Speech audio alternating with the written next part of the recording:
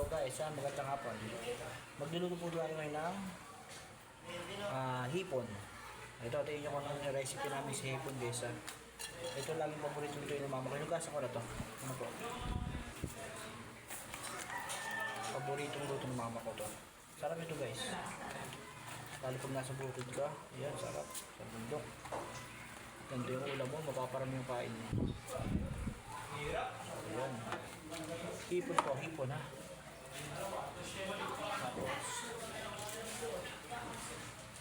Bok, pahinga sibuyas isa. Natin ang bawang. Ano ulam natin da? Hipon. Ha? Hipon. Ang sarap niya. Ang liliit. Sarap yun. Shoutout ka boys. Shoutout. Ayan. Saan? Kailangan lagay ko yung bawang. Sibuyas. Bibili lang ako. Merinda. Ano may pizza dyan ha? Mamaya, bibili lang ako din naman. Ano yung sito? May pizza dyan buka. Ang daming pizza dyan. Yung sito nasaan? May donut pa dyan. Wala eh. Bibili pa ako.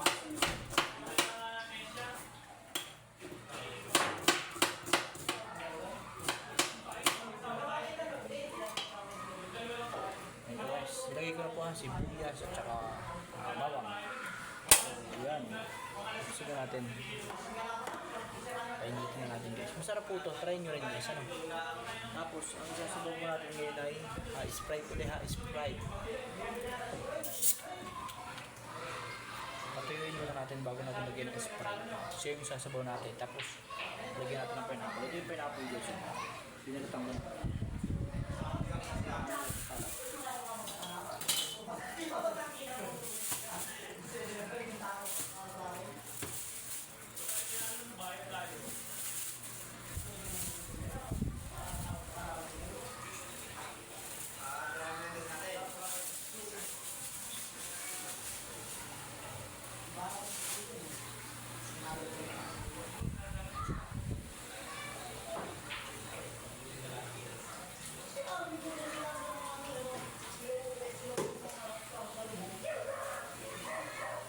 Gasan po muna natin sa plate.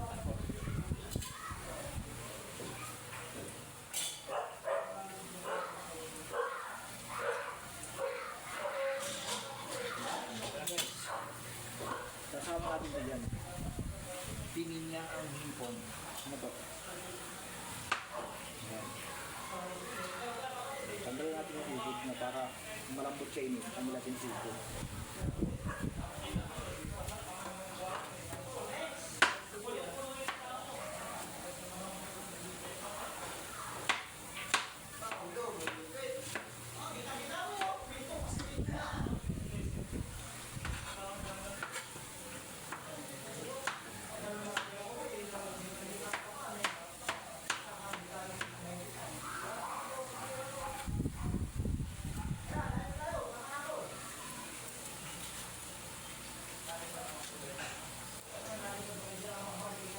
Lagyan na natin yung guys yung ating pinya version.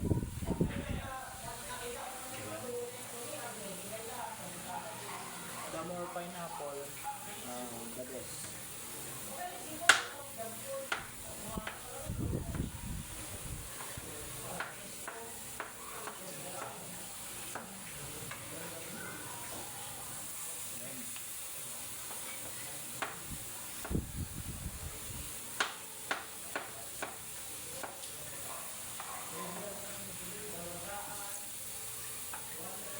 And yes, tapos lagyan natin ng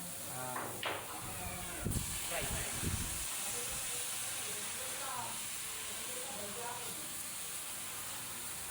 Sprite po sundan natin.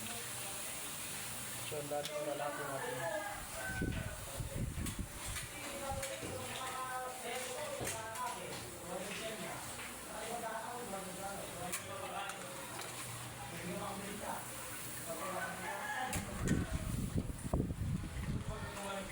So, hindi siya masyadong malaki nito. Yung sakto lang.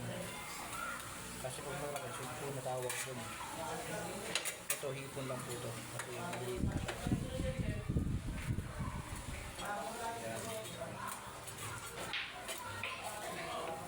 Ayan. guys yung susunod ha.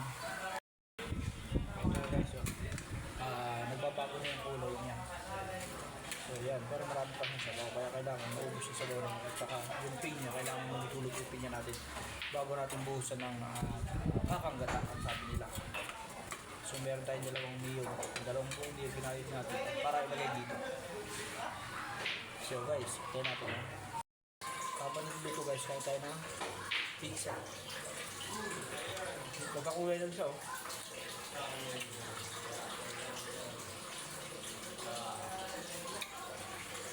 Uy, may pinya rin, nakalagay yung pinya.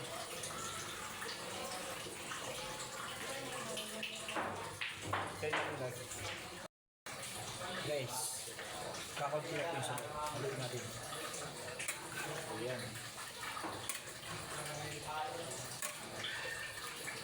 Parang medyo malapit-lapit na siya. Ang bango. Pamingin na po yung amoy niya. So mamaya guys, lalagyan pa natin ng gata. Ubus na po sa kayo guys. Oh.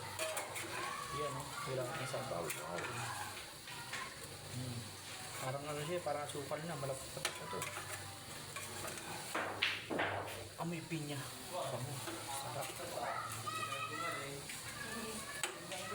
So yan guys. Kailangan na natin buhusan ng gata. Ito nga po pala ay dalawang buong niyog ang lagay natin. So yan.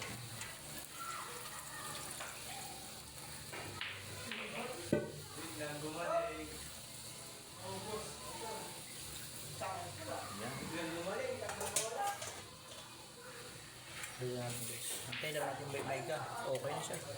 Meron na tayong ulam. Ulam natin for today is ginataan hipon na may pinya. So lagyan natin siya ng konting asin lang. Ngayon, lagyan ko na ng konti. Lagyan ko natin ng konti.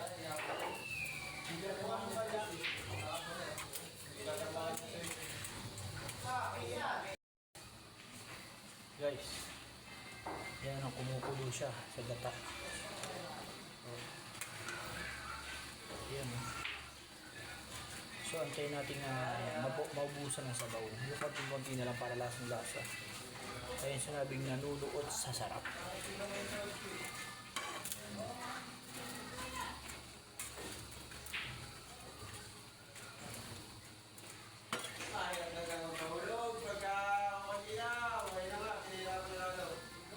Kaya natin maubusan ng sabaw. Ayaw mo naman dito. Maubusan na po ng sabaw guys. Kailangan natin yung lasa niya. Siyempre, hindi mawawala na yung tikiwan dyan. Uy, paso ako, mainit.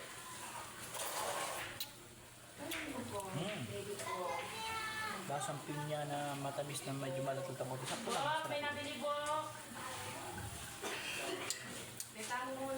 Sarap guys. Siguradong taob na naman ang kaldero nito.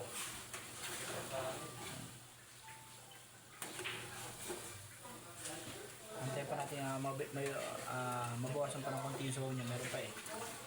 So guys, lapit-lapit natin ng konti. Ayan po. May sabaw pa siyang konti. Kailangan gusto-gusto natin yung sabaw niya. Kapit na kapit hanggang sa loob. Ayan po yung kulo.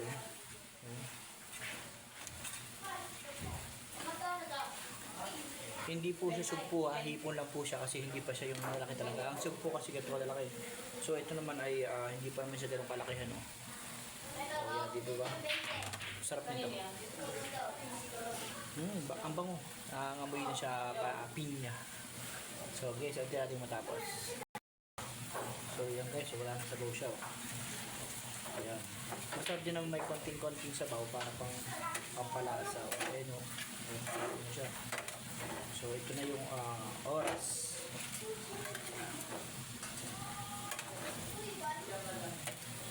Ito na yung oras para tikman natin. Tayo ng isang, yung maliit lang. Ito guys, ang laki. Ito na yung oras para tikman. Ang galob po dyan ha. Lobas yung bundot. Sarap. Patay natin guys. Balik. Shout out. God bless sa lahat. Dinner time na. Bang